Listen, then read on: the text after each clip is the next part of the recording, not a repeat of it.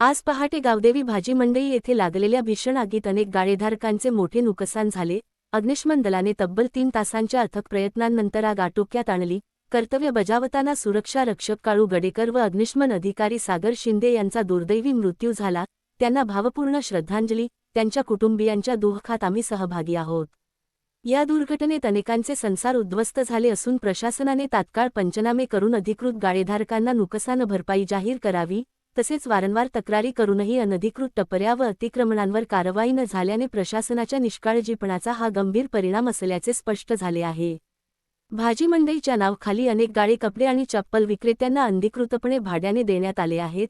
याची तक्रार करून देखील प्रशासनाकडून कारवाई केली जात नाही। त्यावर अधिकच्या टपऱ्या स्थावर विभागाकडून मंजूर केल्या जातात। कुठल्या प्रकारे फायर सेफ्टी लक्षात न घेता काही ठराविक लोकांच्या फायद्यापोटी अनधिकृतपणे हे गाळे चालवले जात आहेत। या संपूर्ण प्रकरणाची उच्चस्तरीय चौकशी करून दोषींवर कठोर कारवाई करण्यात यावी व संबंधित अधिकाऱ्यांना निलंबित करण्यात यावे, हीच मागणी